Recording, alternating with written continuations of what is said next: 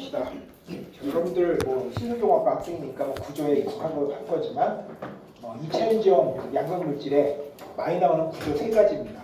이 구조 세 가지는 여러분들이 다 알아줘야 됩니다. 구조 문제, 시험 문제 종종 나오죠. 첫 번째 침상 구조입니다. 가장 많은 양성 물질이 사용이 되는 구조입니다. 첫 번째 제일 이제 먼저 만들어진 건 리튬 코발트 옥사이드 LCO라고 보통 부르는데 이 LCO의 구조가 바로 침상 구조입니다. 영어로는 레이어드 스트럭처라고 얘기해요. 뒤에 이제 영어 글자 나와요. 근데 요거랑 똑같은 구조를 갖고 있는 게 NCl 구조. 요 코발트 자리에 니켈, 코발트, 망간이 이렇게 들어가는 구조입니다. 그다음에 NCl도 역시 똑같은 침상 구조를 가집니다. 요 코발트 자리에 니켈, 코발트, 알루미늄이 들어갑니다. 자, 그거 외에 앞에서 봤던 OLO 구조 있잖아요. 요것도 요 침상 구조를 가집니다. 그러니까 가장 많은 양분 물질이 가지는 구조가 요 침상 구조죠. 자, 그다음에 스피넬 구조 요거 있습니다. 여러분 스피넬 기초재료 2에서도 배웠을 겁니다. 끄덕끄덕. 여러분들 아니까 내가 한번 물어봐도 괜찮은 거지 스피넬. 그죠? 좀 이따 내가 물어봐 줄게. 좀 졸려 보이는 친구한테 물어봐야지. 스피넬 구조. 이거 갖고 있는 거는 NiMn2O4가 스피넬 구조를 갖고 있어요. 자, 그러면 올리빈 또는 올리바인이라고도 표현을 하는데 올리바인 구조를 갖고 있는 게 NiFePO4 구조가 올리바인 구조를 갖고 있습니다. 이 세 가지 구조는 여러분들이 다 알아줘야 됩니다. 첫 번째 침상 구조부터 한번 보도록 하죠. 침상 구조는 여러분들이 배우지를 않았어요. 처음 배우는 구조일 겁니다. 자, 요게 뭐냐? 리튬 코발트 옥사이드의 유니트 셀입니다. 여러분들 유니트 셀의 개념은 알죠? 유니트 셀입니다. 유니트 셀. 유니트 셀이 이렇게 좀 복잡합니다. 자, 요거를 보면 딱 여러분들 이런 생각 들 거야. 저거 HCP 아니냐? 공부 열심히 한 건 맞아요. HCP를 잘 알고 있으니까. 하지만 HCP 구조라고 얘기하지 않습니다. 자, FCC, BCC, HCP 여러분들 기초재료에서 배웠을 겁니다. 그 구조는 전부 다 뭐냐? 금속 재료의 구조고요. 그거는 그 구조 자체가 한 개의 원소로 이루어져 있죠. 그죠? 하나, 구리, 철, 이런 거잖아. 하나의 원소로 이루어졌을 때 HCP고, 요거는 헥사고날 스트럭처를 패킹을 갖고 있지만 HCP는 아니고요. 헥사고날 패킹을 갖고 있다고는 표현을 해줄 수가 있습니다. 요거는 우리가 레이어드 스트럭처, 침상 구조라고 보통 표현을 해줍니다. 자, 이게 유니셀이야. 딱 볼 때 HCP하고 비슷한 배열을 갖고 있는 것도 사실입니다. 하지만 얘는 당연히 하나의 원소가 들어갈 수가 없겠죠. 왜? 리튬 코발트 옥사이드만 봐도 벌써 양이온이 2개고 음이온이 하나, 최소한 3개의 이온이 들어가야 되지 않습니까?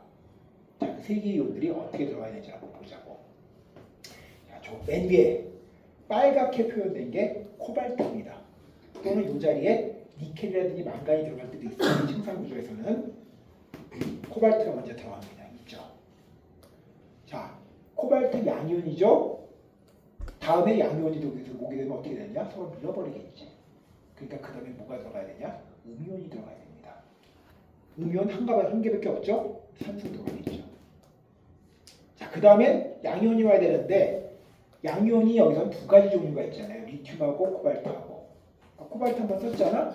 이번엔 리튬이 들어갑니다. 그 다음에 다시 산소가 들어가야겠죠. 여기가. 그 다음에 코발트, 산소, 리튬, 산소, 코발트, 산소, 리튬, 산소, 코발트, 산소, 리튬, 산소. 이렇게 음이온과 양이온이 엇갈려서 가는데 양이온은 코발트 한 층, 그 다음에 리튬 한 층. 번갈아 가면서 이렇게 들어가는 구조를 가지고 있습니다. 자, 그리고 여기 한번 잘 보면 세 가지 모양이 계속 반복이 됩니다. 뭐가? 리튬도 역시 세 가지 모양이 반복이 되고 코발트도 세 가지 모양이 반복이 되고 산소도 역시 세 가지 모양이 반복이 됩니다. 잘 한번 봐봐요. 먼저 코발트 얘잖아. 자, 이런 모양 갖고 있죠? 앞쪽 보고 있는 모양 갖고 있죠? 뒤쪽 보고 있는 모양 갖고 있죠? 다시 얘가 그대로 옵니다. 이 밑에 똑같이 이런 것들이 반복이 돼요. 유니트 셀이니까 얘가 똑같은 게 이렇게 계속 있겠지. 유니트 셀이 그거 아니야. 똑같은 게 계속 있는 거. 자, 이 세 가지가 패턴이 계속 반복이 됩니다. 그럼 코발트만 세 가지 패턴이 반복되느냐? 산소 한번 봅시다. 요게 산소야.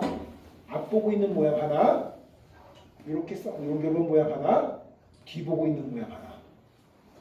다시 앞보고 있는 모양 하나, 이렇게 되는 모양 하나, 뒤보고 있는 모양 하나. 반복이죠. 세 가지가 반복이 되죠. 자, 리튬 다른가? 뒤보고 있는 모양 하나, 이렇게 되는 모양 하나, 앞보고 있는 모양 하나, 이쪽에 다시 이렇게 나옵니다. 리튬도 코발트도 망간도 전부 다 세 가지 패턴이 계속적으로 반복이 되어 들어갑니다.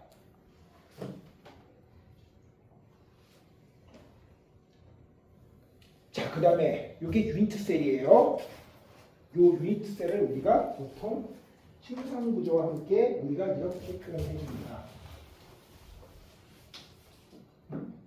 O3 스태킹이라고 시야 미안해 글씨를 약간 잘못 써가지고 스태킹이라고 표현해 줍니다. 뒤에 똑같은 글자 나와요. O3 스태킹 여기 나옵니다. 요거 O3 타입 스태킹 나오잖아요.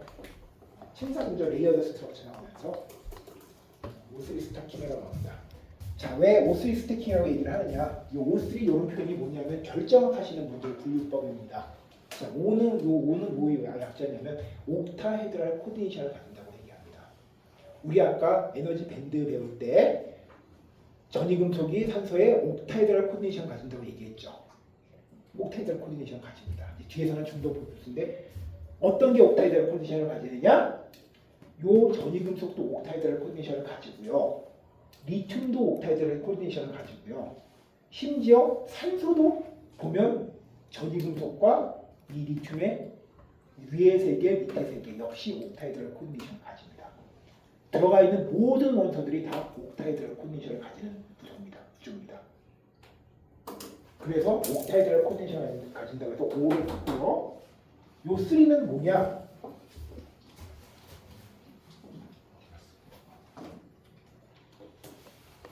이 3는 NO2 시트라고 얘기하는데 이게 층이죠. NO2 층이 3개가 들어있다고 해가지고 O3 스트럭처라고 얘기를 합니다. 자, 그럼 NO2 시트가 뭐냐? 이 N이 전이금속입니다. 전이금속과 산소로 이루어진 시트가 유니트 셀당 3개씩 들어가 있다고 해서 이렇게 표현합니다. 자, 뭔지 한번 보자고. 전이금속과 산소로 이루어진 거 NO2, 산소는 2개고 전이금속 하나겠지. 코발트 있죠. 위 아래 산소 NO2 시트 하나입니다. 자, 리튬이 여기 사이로 왔다 갔다 거리니까 이게 이제 프레임이 되는 거죠. NO2 시트가.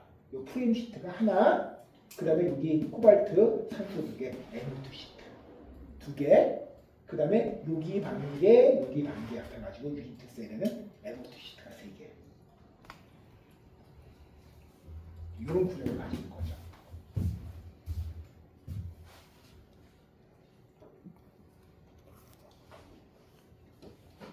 레이어드 스트럭처 가장 우리나라에서 많이 쓰는 NCM에 들어가는 스트럭처입니다.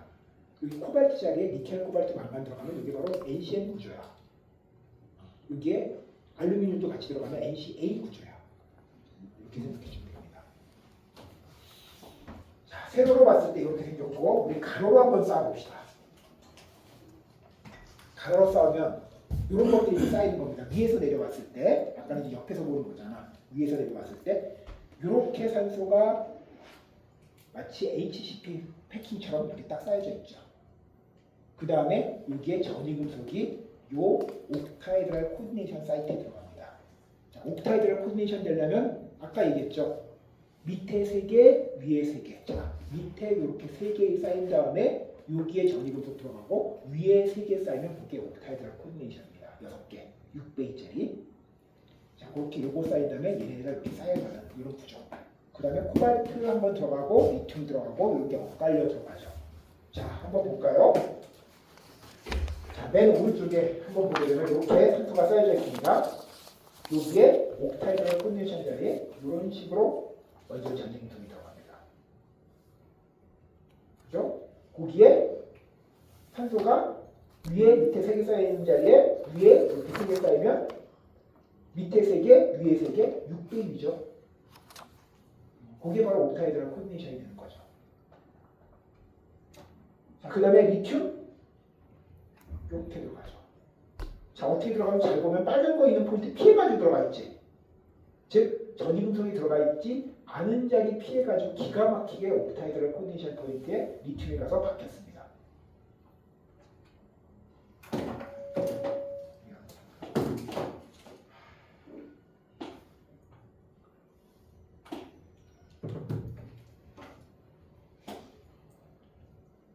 가서 박혔습니다. 자, 그 다음에 산소가 역시 요크다 거기 이렇게 들어가겠죠. 그 다음에 다시 전이금속이 들어갑니다. 그러니까 우리 앞에 전이금속은 이쪽을 보고 있죠.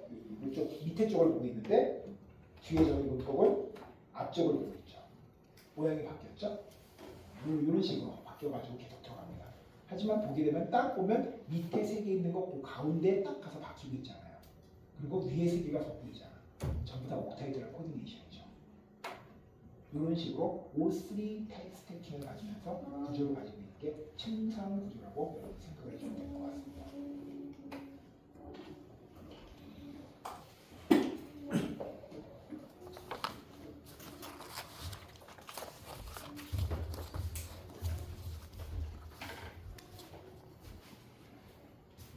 자, 그럼 그런 구조를 갖고 있는 거 대표적인 양극물질 리튬 코발트 옥사이드부터 한번 보도록 하겠습니다. 자, 첫 번째 리튬 코발트 옥사이드의 장점 내가 아까 얘기했죠. 합성이 잘 된다. 왜? 코발트는 삼가가 굉장히 잘 만들어지는 겁니다. 왜 코발트가 삼가가 안정할까? 그거는 우리 에너지 밴드에 비밀이 있습니다. 자, 리튬 코발트 옥사이드, 코발트 삼가의 에너지 밴드 딱 이렇게 돼 있어. TEG 사이트에 둘 있고 여기는 깔끔하게 비어 있습니다. 이건 마치 뭐냐? 삼형제가 있는데 쌍둥이야, 세 쌍둥이에 얘네들한테 전자라는 떡을 2개씩 줬습니다. 그러면 얘네들 안 싸웁니다. 떡 먹어야지 언제 싸워. 그러면 집안이 편안하겠죠. 에너지가 낮아집니다. 이렇게 전자가 배치가 됐으면 에너지가 낮아지고 안정합니다. 따라서 코발트는 삼가되는 걸 원해. 그럼 삼가되는 게 대표적으로 리튬 코발트 옥사이드 만드는 거잖아. 얘는 합성이 잘 됩니다. 대충 며칠에서 만들면 돼. 이거와 비교해서 조금 뒤에 배울 리튬 니켈 옥사이드 만들 겁니다. 리튬 니켈 옥사이드는 대표적으로 합성이 안 되는 물질이야. 왜 합성이 안 되냐? 여기 니켈도 삼가거든. 니켈은 삼가되기가 굉장히 힘듭니다. 삼가되는 걸 싫어해. 왜 싫어하느냐? 역시 에너지 밴드에 정답이 있습니다. 에너지 밴드 이렇게 돼 있죠? 여기 하나, 둘, 세 개는 다 2개씩 있는데 이지에 전자가 하나가 있네. 마치 어떤 거꼴이냐? 세 쌍둥이가 있는데 얘네들 떡을 줬어. 얘네들은 조용히 놀고 있어. 근데 그 위에 누나 둘이 2쌍둥이가 있네. 근데 얘한테만 떡을 하나 줬어. 얘가 불만이 있겠어 없겠어? 엄청 불만이 있지. 집안이 편안할 수가 없습니다. 에너지가 높겠죠. 얘는 불안정한 이론입니다. 니켈 삼가 불안정한 겁니다. 자, 그럼 얘를 안정하게 만들 수 있는 방법. 얘한테 떡을 하나 더 주는 거지. 그럼 하나씩 떡을 가지면 안정하게 되겠죠. 얘 떡을 하나 넣으려면 어떻게 돼야 되느냐? 니켈 2가가 돼야 됩니다. 따라서 니켈은 2가 되는 걸 좋아하고 3가 되는 걸 싫어해요. 근데 3가를 만들려니까 리튬 니켈 옥사이드가 합성이 무진장 안 되지. 뒤에서 나올 겁니다. 리튬 니켈 옥사이드 합성이 무진장 안 됩니다. 왜? 니켈 3가는 불안정. 니켈 2가가 안정하기 때문입니다. 자, 그러면 리튬 코발트 옥사이드는 합성도 잘 되고 전자 및 이온 전도도 좋다고 얘기를 했죠. 근데 용량이 조금 아쉽고 하고 값 비싸고 이런 건 어떻게 할 수가 없는 거잖아. 값 비싼 건 값 비싼 거지 어떻게 하겠어. 뭐 콩고가 뭐 불안정한 거야. 그거 우리가 어떻게 할 수 있는 게 아니잖아. 그거 외에 얘가 용량이 조금 아쉽다고 얘기했죠. 근데 이론 용량은 274 나와. 이론이 270이면 실제는 한 200 정도는 쓸 수 있어야 되는 거 아니야? 근데 실제가 한 140, 150밖에 안 나간다는 거예요. 자, 그 이유가 뭐냐? 그 이유부터 먼저 알아야 되겠죠. 자, 얘를 충전을 시켜봅니다. 자, 이거 잘 들어요. 보통 충전되는 양이라는 거는 여기서 전자와 리튬을 뽑아내는 거죠. 양극물질로부터. 그 전자와 리튬을 이론적으로는 100%로 뽑을 수 있고 그 100%를 뽑으려면 어떻게 하면 점점 뽑아내는 양을 높일 수 있느냐? 뽑아내는 전압을 높이면 됩니다. 무슨 얘기냐? 4V까지 뽑히면 뭐 예를 들어 40% 뽑아. 5V, 4.2V까지 뽑으면 한 50% 뽑아. 4.25V까지 뽑으면 55% 뽑아. 좀 더 뽑으려면 4.4V까지 뽑으면 한 60% 뽑아. 4.5V까지 뽑으면 한 65% 뽑아. 뭐 이런 식으로 4.6V까지 뽑으면 한 80% 뽑아. 이런 식으로 전압을 계속 높이면서 뽑는 양을 계속 늘려나가는 겁니다. 완전하게 뽑으려면 대략 4.9V 정도까지 뽑으면 다 완전하게 뽑아집니다. 자, 근데 얘 같은 경우는 순수한 리튬 코발트 옥사이드 같은 경우는 대략 4.25V 요거를 리튬과 전자양으로 기준하는 한 55% 정도 뽑는 겁니다. 여기 요 포인트를 넘어가서 더 많이 뽑게 되면 페이스 트랜지션이 일어납니다. 상전이가 일어납니다. 자, 근데 뒤에서 이제 상전이라는 케이스 여러 번 계속 설명할 겁니다. 근데 상전이 일어나는 게 나쁜 건 아니야. 단지 그게 가역적으로만 일어나면 나쁜 거 아닙니다. 근데 여기서 일어나는 상전이는 비가역적으로 일어납니다. 다시 한번 강조하면 요 55% 전압으로 봤을 땐 4.25V 요 포인트가 더 많이 예를 들어 4.4, 4.5 이렇게 뽑아가지고 뭐 60%, 70% 뽑게 되면 페이스 트랜지션 상전이가 일어납니다. O3 스트럭처가 P3 스트럭처로 바뀐다고 얘기합니다. 근데 상전이가 나쁜 건 다시 한번 얘기했지만 아니에요. 뒤에서 상전이 더 많이 나올 거예요. 양극물질 할 때. 그게 가역적이기만 하면 문제가 없어. 무슨 상관 가역적인데. 근데 이 상전이는 비가역적인 상전입니다. 그러면 왜 이 상전이가 비가역적으로 일어나는지를 한번 생각 한번 해봅시다.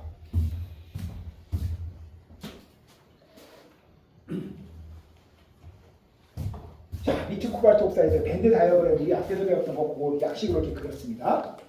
페르미레벨이 여기 있겠죠. 자, 전자를 뽑아내기 시작합니다. 그러면 페르미레벨이 여기서 점점 내려갈 거 아니야. 점점 내려가다 보니까 어느새 산소가 가진 에너지 밴드 있잖아. 얘하고 이 페르미레벨이 같은 겁니다.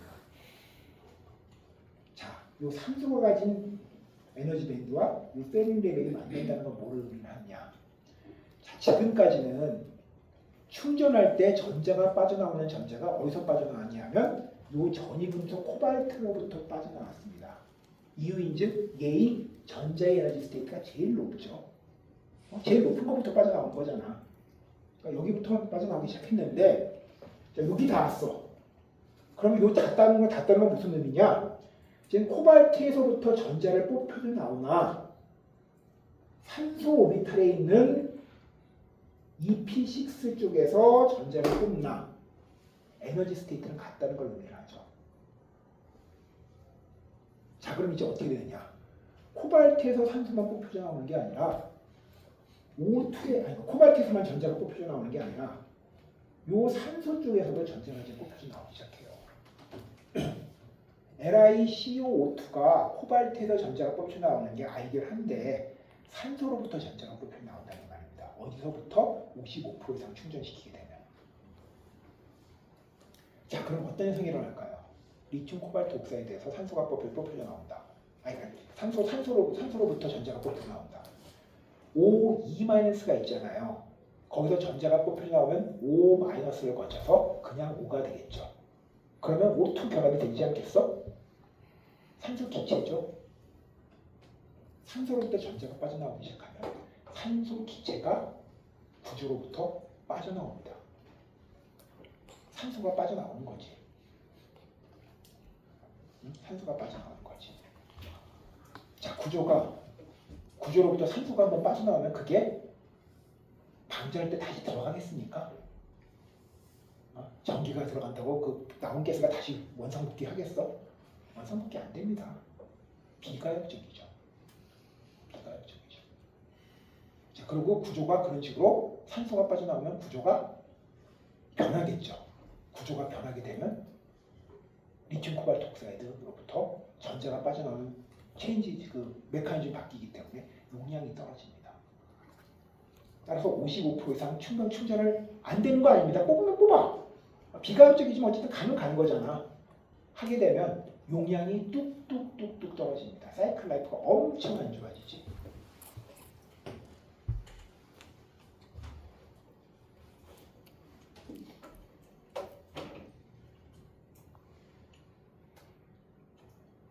자, 그래가지고 여러분들 옛날 초창기에 리튬 코발트 옥사이드, 초창기 리튬 코발트 옥사이드, 리튬 코발트 옥사이드 쓰는 그 핸드폰용 배터리에는 여러분들 충전을 4.2V까지만 충전시키게 만들었습니다.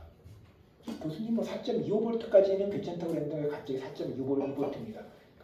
그러니까 그 산업적으로 만들 때는 좀 안전 마진이라는 게 필요한 거잖아요. 왜냐하면 그거 잘못 넘어가다 보면 불나니까, 특히 초창기 리튬 전지 같은 건 불이 잘 났죠. 불나니까 안전하게 4.2V까지만 충전시켜서 썼고요. 그러다 보니까 용량이 뭐 130, 140밖에 안 나갔습니다. 그 이후 또 뭐 여러 가지 안정화 정책을 거쳐서 충전 볼티지가 4.2에서 4.25V까지 갔다가 4.3V를 거쳐서 여러분들 지금 4.35V까지 아마 쓰고 있을 겁니다. 자, 이렇게 해가지고 리튬 코발트 옥사이드 비가역적인 반응이 일어난다. 그것 때문에 용량이 제한적이었다. 여기까지밖에 못 썼었다. 초창기는 요만큼밖에 못 썼던 겁니다. 요 사이에만 충전 방전을 시켰죠. 그러다가 최근에는 앞에서 배웠던 도핑이라는 이런 걸 통해 가지고 고용량 NCO 해가지고 이쪽으로 가도 상위 안정하게 만드는 도핑 기술을 개발해냈습니다. 그 이후 70%까지 이렇게 썼었죠. 또 초창기에 못 썼던 거는 이 상전이 현상 때문에 못 썼었습니다. 이 상전이 현상이 나중에까지도 계속 따라다니는 거기 때문에 중요한 가능성입니다. 자, 그래서 용량은 좀 작았어요. 하지만 여러 가지 장점들이 있었죠. 하지만 사람들이 못 참고 용량 높은 거를 찾기 시작했습니다. 자, 용량 높은 거 첫 번째 사람들이 관심을 좀 보이는 게 리튬 니켈 옥사이드입니다. 리튬 코발트 옥사이드 나온 이후부터 사람들은 리튬 니켈 옥사이드를 상용화시키고 싶어 했어. 왜냐하면 당시 리튬 니켈 옥사이드는 굉장히 매력적으로 보였습니다. 리튬 코발트 옥사이드만 보는 사람 입장에서. 첫 번째 매력 포인트. 여러 번 얘기했잖아요. 니켈은 코발트보다 싸다고. 이거 쓰면 리튬 코발트 옥사이드가 훨씬 싸게 만들 수 있습니다. 너무 좋죠. 근데 싼데 코발트의 가격도 저렴하면서 용량도 커요. 용량도 커요. 얼마나 용량이 크냐? 순수한 리튬 니켈 옥사이드 같은 경우 용량이 보통 210, 220씩 나옵니다. 굉장히 판타스틱하지. 아까 리튬 코발트 옥사이드 130, 140 찍을 때 그게 얼마나 사람들 눈에 환상적으로 보였겠어. 자, 그런데 이런 문제점들이 있습니다. 합성이 어렵고 수명 특성을 갖고 열정한 장성 문제고 심지어 산소까지 방출했었어요. 왜 용량은 높고 합성이 왜 어려운지 이유를 한번 알아보도록 하겠습니다.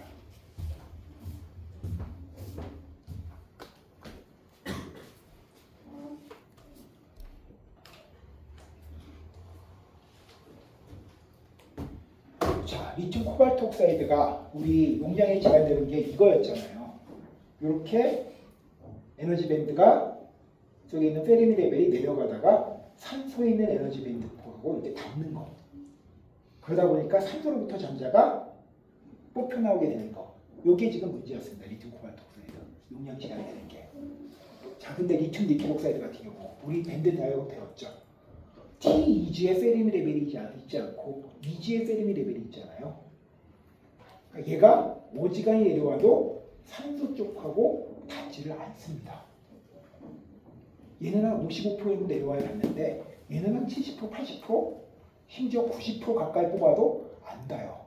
90% 넘게 뽑아야 닿아. 안 닿는 건 아니야. 언젠가는 다 닿는데 상당히 많이 뽑아야 닿아. 그러다 보니까 앞에서 얘기했죠. 리튬 코발트 옥사이드 같은 경우는 55% 이상 뽑으면 상전이가 일어난다 했는데 얘는 80%, 90% 뽑아도 상전이가 안 일어난다 이겁니다.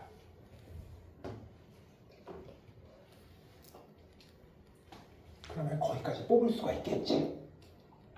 거기까지 뽑으면 되는 거지.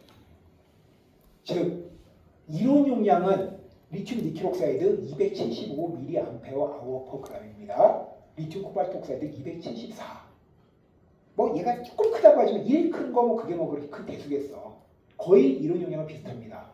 그렇지만 실제 용량은 얘가 140 정도 쓸 수 있는 데 비해서 얘는 보통 200 넘게 얘기를 합니다. 이유는 이론 용량은 비슷한데 훨씬 고전압까지 충전을 시킬 수가 있습니다.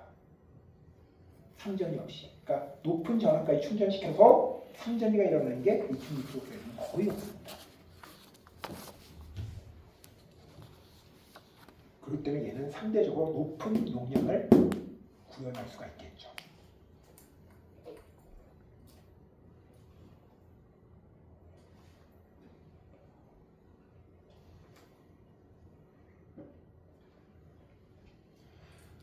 자, 근데 도대체 얘가 솔직히 말하면 상용화시키는데 순수한 리튬 니켈 옥사이드 상용화시키는 데는 실패했습니다. 도대체 얘는 왜 실패했느냐? 최근에 나오고 있는 조성들은 사실 순수한 리튬 니켈 옥사이드하고 별 차이가 없어 보이기도 해. 근데 어쨌든 뭐 당신은 실패했다고 얘기를 합니다. 자, 왜 실패했느냐? 거기에 대한 비밀을 또 한번 보면 여기에 있습니다. 자, 아까 얘기했죠. 니켈 3가이온이 불안정하죠. 밴드 다이어그램 봤을 때 불안정합니다. 그리고 얘는 니켈 2가이온을 선호합니다. 자, 어떻게 여기에다가 니켈 2가이온이 되면 이거지 않을까?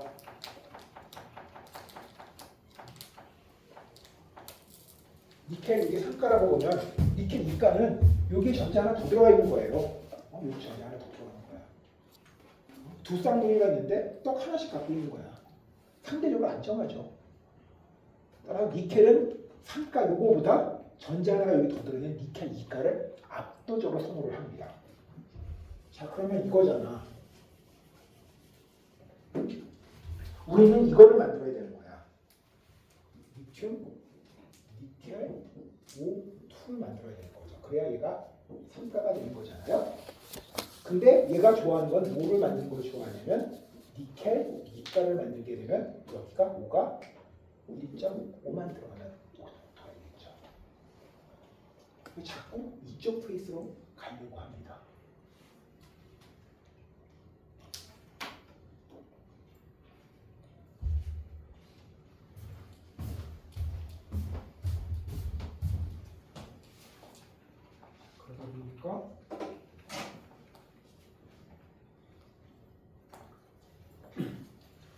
그러다 보니까 합성이 안 돼요. 그래서 어떻게 하느냐? 산소를 불어넣습니다. 산소를 불어넣으면 산소랑 산소가 좀 많이 들어갈 거 아니야? 그래서 어거지를 겨우겨우 합성을 합니다. 자, 근데 겨우겨우 합성을 해놨는데 이렇게 만들어 놨는데 툭 하면 니켈 3가가 이가로 가고 싶어 하는 거야. 활성화 에너지만 충분히 얻으면. 어떨 때 활성화 에너지가 잘 공급이 될까? 더운 날. 온도가 좀 높다. 온도가 좀 높은데 보관해놨다. 그럼 니켈 3가가 니켈 2가로 기가 막히게 집어넣습니다. 넘어갑니다. 자, 그럼 어떻게 되겠어? 니켈 3가가 2가가 되면 산소가 그만큼 덜 필요해지겠지. 산소가 이 구조 내에서 슬금슬금 기어 나옵니다. 산소가 기어 나오면 어떻게 되겠어? 비가역적인 상변이 일어나겠죠. 자, 리튬 니켈 옥사이드는 아까 얘기했다시피 높은 전압에 충전시킨다고 비가역적인 상전이가 일어나지 않습니다. 리튬 코발트 옥사이드 하지만 얘는 그냥 보관만 시켜줘도 비가역적인 상전이가 일어납니다. 특히 어떤 날 보관시켜주면 더운 날 보관해주면. 나도 요거를 초창기에 좀 연구를 좀 해봤는데 딱 어떤 느낌이냐? 여름 시즌 한 번만 딱 지나갔다. 그럼 용량이 팍팍 떨어져. 딱 그런 느낌이야. 용량이 한 20, 30씩 팍팍 떨어져요. 나름대로 잘 보관했는데도 잘 이렇게 패킹해가지고 잘 보관해도 잘 떨어집니다. 그러니까 구조적으로 불안정하죠. 그러다 보니까 두 가지 문제. 첫 번째 사이클 특성이 나쁘고요.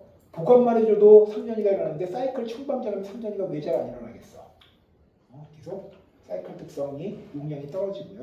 그 다음에 구조적으로 불안하니까 높은 온도에 갔을 때 불안해지는 열적 안정성이 굉장히 열정을 해서 높은 온도에 갔을 때 불안정해지는 거, 이걸 얘기를 하는 겁니다.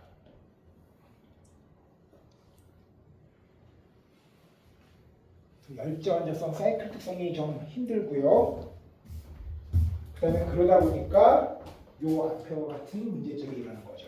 합성이 어렵다. 수명 특성이 나쁘다. 열정 안정성 문제 있고, 특히 마지막까지 문제를 해결을 못했던 게 뭐냐면 산소가 튀어나오는 문제. 리튬 니켈 옥사이드로 그 전지를 만들었더니 걔네가 산소가 튀어나오게 되면 어떻게 되냐면 얘가 부풀어 오르죠. 여러분들 혹시 2차 전지 이렇게 부풀어 오르는 거 봤어요? 그거 구경 못 해봤나? 나는 몇 번 구경해봤는데 여기 부풀어 오릅니다. 자, 여러분들 혹시 2차 전지 부풀어 오르는 현상을 발견하면 재빨리 버리십시오.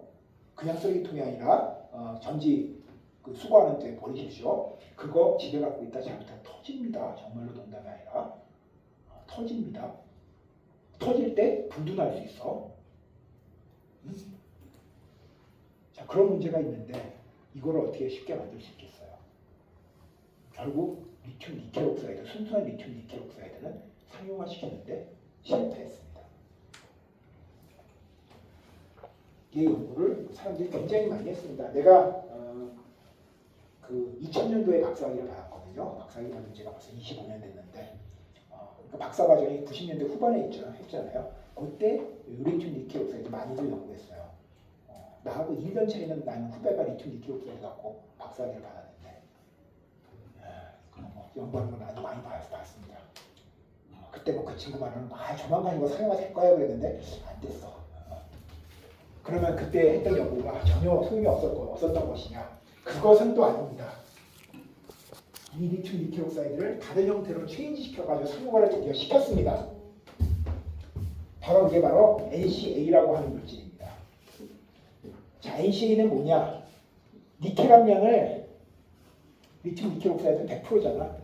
좀 줄였어. 정리금속에서 니켈 함량을 80% 정도 줄였어. 코발트를 한 15% 넣고요. 알루미늄을 좀 집어넣습니다. 최근에는 이 니켈 함량을 90%까지도 막 높이는 제품들이 막 나오고 있어요. 기술들이 좋아져가지고. 어쨌든 간 니켈을 좀 줄이고 코발트와 알루미늄을 넣게 되면 이 니켈 산가가 좀 안정화가 됩니다. 얘가 니켈 산가가 안정하지 못하면 니켈 이가로 자꾸 가잖아요. 근데 니켈 이가로 가는 현상을 조금 완화시켜 줄 수가 있습니다. 얘가. 그래서 코발트를 알루미늄으로 치환해가지고 안전성을 높였고요. 그래도 얘가 근본이 리튬 니켈 옥사이드인지라 양극 물질 중에 불안정한 물질입니다. 그래서 오죽했으면 LG화학에서 앨런 머스크가 얘 가지고 전기차용 배터리 만들어 달라고 할 때 LG화학이 겁나서 우리 그런 거 납품 못하겠습니다 라고 얘기했겠어요. 그만큼 안전성이 떨어졌는데 최근에는 기술이 많이 발전해서 얘 갖고 배터리 만들어가지고 LG 에너지 솔루션에서 테슬라 모터스에 배터리 납품합니다. 기술이 늘어나가지고. 근데 그만큼 리튬 니켈 옥사이드는 여러 가지 불안정한 요소가 있는 거지. 네? 그래가지고 NCA가 불이 잘 난다. 이런 양극 물질로 얘기가 되어가고 있습니다. 그러니까 리튬 니켈 옥사이드 열심히 연구했던 게 전혀 소용없었던 건 아니죠. 결국 이런 NCA 형태로 상용화가 됐다고 봐야 합니다. 내가 앞에서 순수한 리튬 니켈 옥사이드 상용화에 실패를 했다고 얘기를 하지만 결국은 상용화를 좀 우회적으로 시켰다고 하는 게 정확한 표현이겠죠. 자, 그러면 여러분들이 이제 2차 전지를 이제 열심히 배우고 있는데 2차 전지를 열심히 배우면 여러 가지 신문 기사 정도는 좀 읽고 이해할 수 있어야 될 것 같습니다. 그리고 또 뭐 부모님이라든지 뭐 또 그 외에 동생이 뭐 어머니가 야 너 뭐 2차 전지도 배웠대는데 이게 도대체 뭔 얘기야 이럴 때 이거는요 이런 얘기를 딱 설명해 주면 얼마나 부모님이 뿌듯해 하시겠습니다. 뿌듯해 하시겠죠. 그리고 아마 다음 학기에 등록금 탔는데도 상당히 도움이 많이 되겠죠. 자, 그러면 이거 신문 기사를 한번 보면서 그런 것들 어떻게 해석하는지 한번 볼까요? 자, NCA 양극은 무엇이냐? 자, NCA 양극을 배터리에 사용하는 이유는 에너지 밀도를 높이기 위함이다. 우리 NCA 고용량이라고 얘기했죠. 왜 고용량인지 설명할 수 있어야 됩니다. 여기다가 예를 들면 줄 이렇게 딱 긋고 하면 시험들 너무 잘 가르쳐 주는 것 같아요. 이렇게 줄 긋고 이유를 설명하시오 하면 여러분 설명할 수 있어야겠죠. 리튬 코발트 옥사이드에 비해서 왜 고용량인지 앞에서 설명했습니다. 그 다음에 망간 대신 알루미늄을 사용해서 니켈 함량도 높이고 에너지 출력도 높인다. 에너지 출력이라는 게 우리 율속 특성을 얘기해 주는 겁니다. 율속 특성 아까 좋다고 얘기했죠. 그래서 NCA가 사실 스포츠카 배터리로는 제일 좋습니다. 내가 봐도 제일 좋습니다. 자, 그 다음에 문제는 요거 안전성 문제가 발생하는데 안전하게 만드는 기술이 핵심 기술이다. 용량의 극고 에너지 밀도가 작다. 그 다음에 아까 얘기했죠. NCA 양극재는 현재 테슬라 S 모델 시리즈에 들어가는 원통형 배터리 사용된 양극재다. 근데 생산 난이도가 NCM보다 높다. 합성 잘 안 된다고 그랬죠. 합성 잘 안 되는 놈을 합성 잘 시키기 위해서는 당연히 기술이 필요하겠지. 그러다 보면 생산 난이도는 높다고 얘기할 수밖에 없겠지. 그리고 니켈 함량이 80% 이상이다. 자, 단점. NCA 단점은 NCA도 수명이 짧다는 거. 왜 사이클 라이프 안 좋은지 얘기했죠? 니켈 상가가 불안정한데 NCA를 만들어도 여전히 니켈 상가는 많이 있습니다. 안정성을 높였다고 하지만 여전히 스틸 불안정하죠. 그러다 보니까 수명이 짧죠. 이런 것들을 이제 쫙쫙 한번 보면서 왜 그런지를 여러분들 신문 기사 보면서 설명할 수 있어야 된다고 생각합니다.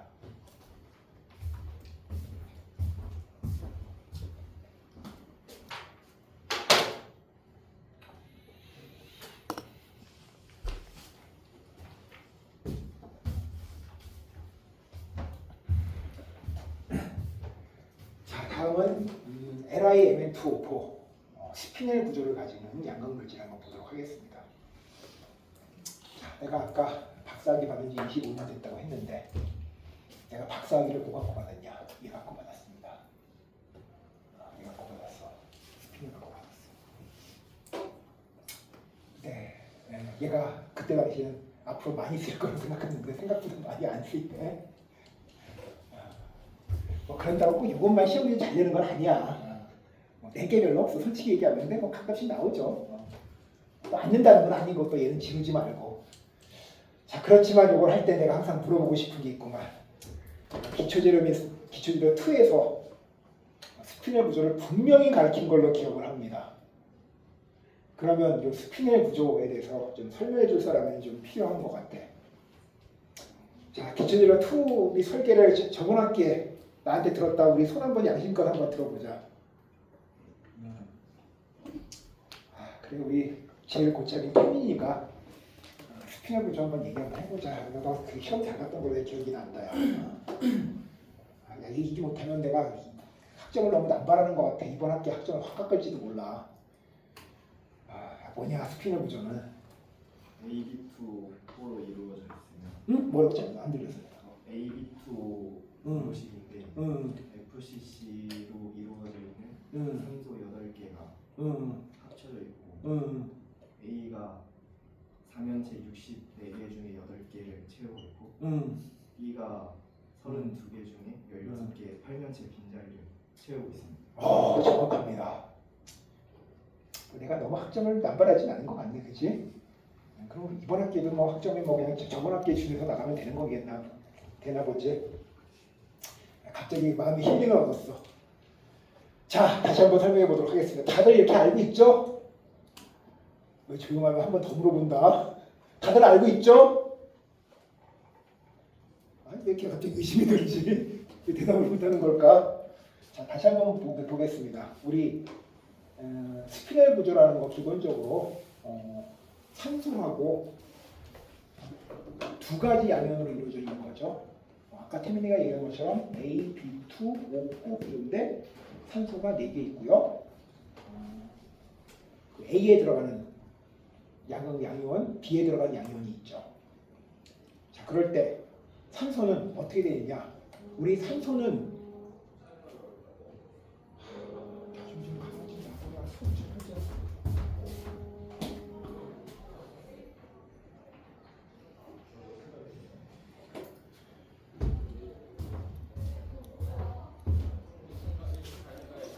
산소 같은 경우는 그 FCC 구조를 가지는데 FCC는 유니트 셀당 4개 들어가잖아요.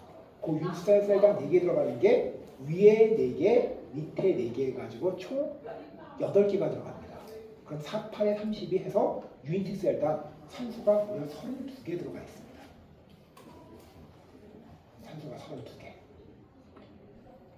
그 다음에 FCC에 유니트 셀당 4개 있는데, 산소 4개 있는데, 거기에 옥타헤드랄 인터스티얼 사이트, 8면체 침평 자리가 거기 똑같이 4개 있거든요. 거기에 8개 있으면 역시 32개의 8면체 침평 자리가 있어요. 그것 중에 16개를 누가 채우느냐? 망간이 채우는 겁니다.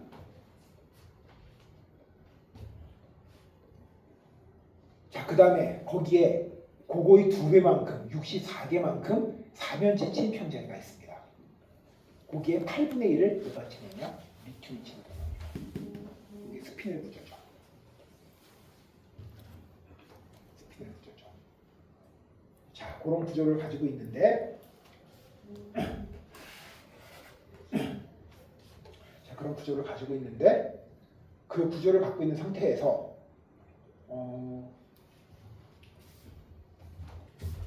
딱 만들어내면 우리 요 상태로 딱 이제 가는 겁니다. 우리 춘방전 한번 시켜봅시다.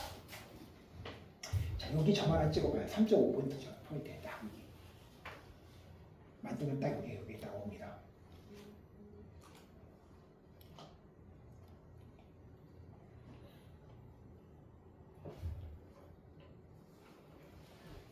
자, 이 상태에서 우리 충전을 시킵니다.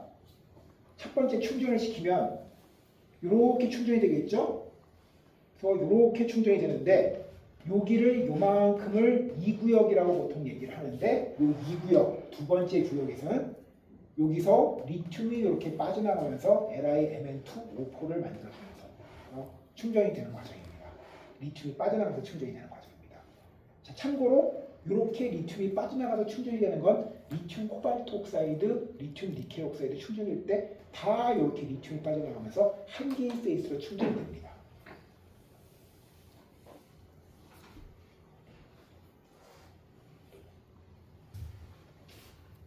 자, 그러다가 여기 한 50% 정도 충전이 됐어. 그럼 그 다음부터 페이스 하나 생깁니다. IMnO2라는 페이스가 생깁니다. 자, 이 페이스는 우리 앞에서 상전이를 할 때 뭐 이런 얘기 많이 했잖아요. 산소가 빠져나간 거 어쩌고 이런 얘기 했는데 이거는 산소가 빠져나가 생기는 페이스가 아닙니다. 리튬이 빠져나가 생기는 페이스죠. 충전할 때 리튬 빠져나가는 페이스는 당연한 거잖아. 리튬이 빠져나가 생기는 페이스고요. 그렇기 때문에 얘는 가역적인 상전을 합니다. 따라서 얘가 생긴다고 용량이 떨어지거나 이런 거 원인이 되는 것은 아닙니다. 그냥 얘는 가역적이야. 리튬이 빠져나가니까 당연히 얘가 생기는 거야. 그리고 요 리튬이 부족한 요 페이스 두 개를 두 가지 페이스가 공존하면서 이렇게 충전이 됩니다. 그래서 여기까지 다 충전이 되지. 그래서 100% 충전시키면 뭐만 남느냐? 얘만 남습니다. IMnO2만 남습니다.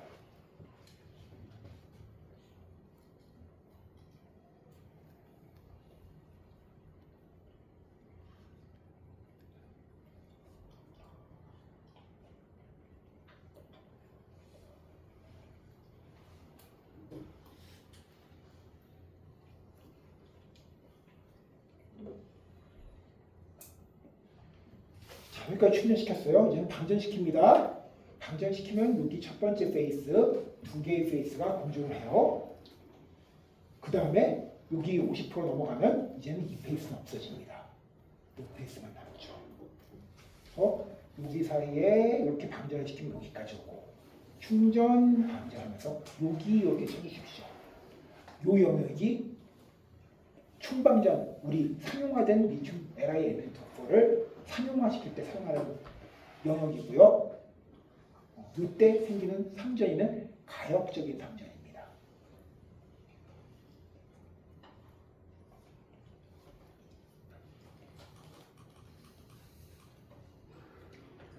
자, 그래가지고 LiMn2O4 전자를 뺐다가 다시 집어넣으면 충전했다 다시 방전시킨 거죠. 그럼 다시 이 자리로 오겠지. 자, 근데 재밌는 거.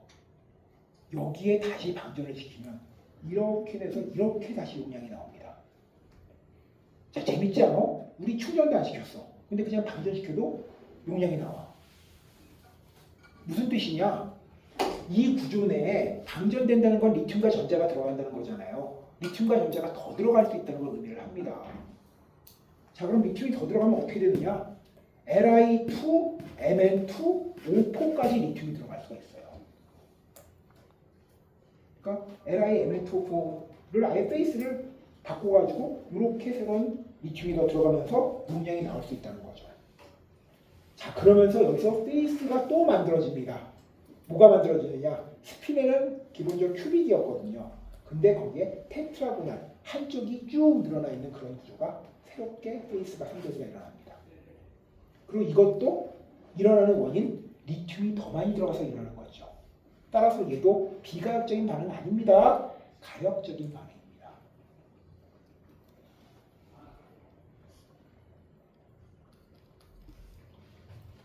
그래서 이렇게까지 용량이 나올 수가 있어요. 자, 근데 여기는 쓰면 좋겠는데 안 씁니다. 우리가 이때 LIMN 부분은 다 이기만한 용량을 얘기를 해. 여기는 근데 왜 안 쓰느냐? 자, 가역적인 반응은 맞아요. 맞는데 테트라고날이 생긴다는 게 Y축이 늘어난다는 거잖아요. 자, 근데 큐빅은 이렇게 돼 있는데 얘는 이쪽으로 늘어나가. 그럼 여기 계면 쪽이 미스매치 되는 게 있죠. 그래서 결정이 깨져나갑니다. 그러면 우리가 이렇게 만드는 거잖아. 2차전지 양극판이 보통 알루미늄 포일 같은데 이렇게 극물질을 이렇게 붙여가지고 만드는 거거든요. 근데 결정이 깨져나가면 얘가 여기서 막 떨어져 나가는 거야. 그럼 어떻게 되느냐? 전지셀의 전해질에 양극물질이 둥둥 떠다닙니다. 전자가 빠져나갈 수 있는 방법이 없잖아. 전해질 통해 이온이 빠져나갈 수 있지 않죠. 그거는 쓸 수 없는 양극물질이 돼버리는 거죠. 그래서 뭐 상전이가 일어나서 뭐 그게 비가역적이다 이런 것 때문에 용량이 떨어지는 건 아니라 요거 때문에 결정이 깨져나가가지고 용량이 떨어집니다. 그래서 따라서 이쪽 라인을 못 씁니다. 현재는 여기만 쓰고 있어요. 교수님 뭐 쓰지도 못한 걸 뭐 이렇게 친티경하면서 설명하시니까 여기 라인을 써보려고 많이 연구를 합니다. 나도 요쪽 라인을 써보려고 연구를 해본 적이 있어. 결국 못 썼지만 나중에 이쪽 라인을 쓰게 되면 LiMn2O4를 훨씬 더 고용량으로 활용할 수 있게 됩니다. 여기까지 쓰게 되면 나오는 용량이 210 넘게 나와요. NCM보다 더 많이 나오고 그러면 또 한 가지 장점은 무진장 쌉니다. 얘는 NCM보다 훨씬 싸게 만들 수 있어. 스피너를. 자, 그런 게 있어요. 그래서 상정의 과정을 LiMn2O4를 한번 배워봤고요. 자, 얘의 장점. 아까 얘기했죠. 가격도 싸고 농출도 가격도 싸고 그다음에 뭐 무독품이고 이런 장점이 있는데 단점은 이렇게 얘기했죠. 용량이 작다. 용량 작은 건 우리 이론 용량이 148이고 148이라는 용량은 아까 요거 사용하는 용역 4V 부분의 용량만 얘기하는 겁니다. 그러니까 실제 쓸 수 있는 게 120에서 130 정도니까 용량이 좀 작고요. 근데 그거를 해결할 수 있는 방법은 밑에 있는 영역을 사용하면 해결이 되겠죠. 근데 아직까지 못 쓴다고 얘기했죠. 썼으면 좋겠다고 하면서 얘기하는 거죠. 자, 그 다음에 단점으로 우리 사이클 라이프가 나쁘다고 얘기를 했습니다. 충방전할 때 용량이 좀 많이 떨어진다고 얘기를 했죠. 자, 근데 우리 앞에서 상전이가 있긴 했잖아. 근데 그거를 열심히 가역적인 반응이라고 설명을 했던 걸로 기억을 합니다. 그럼 사이클이 나쁜 거는 이 가역적인 반응이 사이클을 나쁘게 하는 건 아니야. 뭐 IMNO2가 만들어졌다고 사이클이 나빠지는 건 아니야. 그럼 뭐 때문에 LiMn2O4는 사이클이 나쁜 거냐? 여기는 망간 있잖아요. 얘가 전해질에 잘 녹아 나옵니다. 흔히 망간 용출이라고 얘기해요. 자, 전해질에는 코발트라든지 뭐 니켈 같은 것도 좀 녹아 나옵니다. 근데 걔에 비해서 망간이 내가 들은 거에 따르면 100배 이상 많이 녹아 나오는 걸로 알려져 있어요. 엄청나게 많이 녹아 나오는 거지. 자, 근데 생각해봐. LiMn2O4도 역시 전자는 요 망간, 전이금속이잖아요. 망간에 저장되었다 나올 거잖아. 근데 망간이 전해질에 녹아버렸어. 그럼 그 녹음만큼은 용량이 그냥 떨어져 나가는 거죠. 그러니까 망간 용출 때문에 충방전 과정에서 사이클이 뚝뚝 떨어져 나갑니다. 자, 망간이 왜 녹아 나오냐? LiMn2O4가 있어요. 근데 전해질에 약간의 산성분이 있습니다. H 플러스 성분이 있어요. 근데 얘가 충전됐을 때 IMnO2가 된다고 얘기했잖아요. 그게 살짝 페이스가 바뀌면 남다로 페이스가 바뀌면서 망간이온이 녹아나오는데 이 망간이온이 전해질에 기차게 녹는다고 합니다. 그래서 망간이온이 녹아나가지고 LiMn2O4는 사이클 라이프가 안 좋고요. 특히 어떨 때 사이클 라이프가 안 좋냐? 더울 때. 온도가 더우면 뭐 용출 뭐 이런 화학 반응이 잘 일어나잖아요. 더울 때. 그 다음에 LiMnO2의 비표면적 같은 게 클 때. 이럴 때 훨씬 더 잘 녹아나겠죠. 그래서 LiMnO4는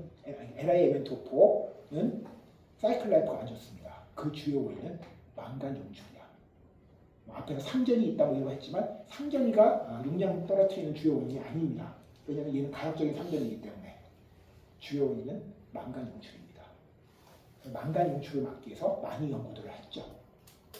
자세한 연구는 나중에 대학원을 가게 되면 배워보도록 하고 학부 과정에서는 여기까지만 다뤄보도록 하겠습니다. 자, 여기까지 하고 10분 뒤에 다시 하도록 하겠습니다.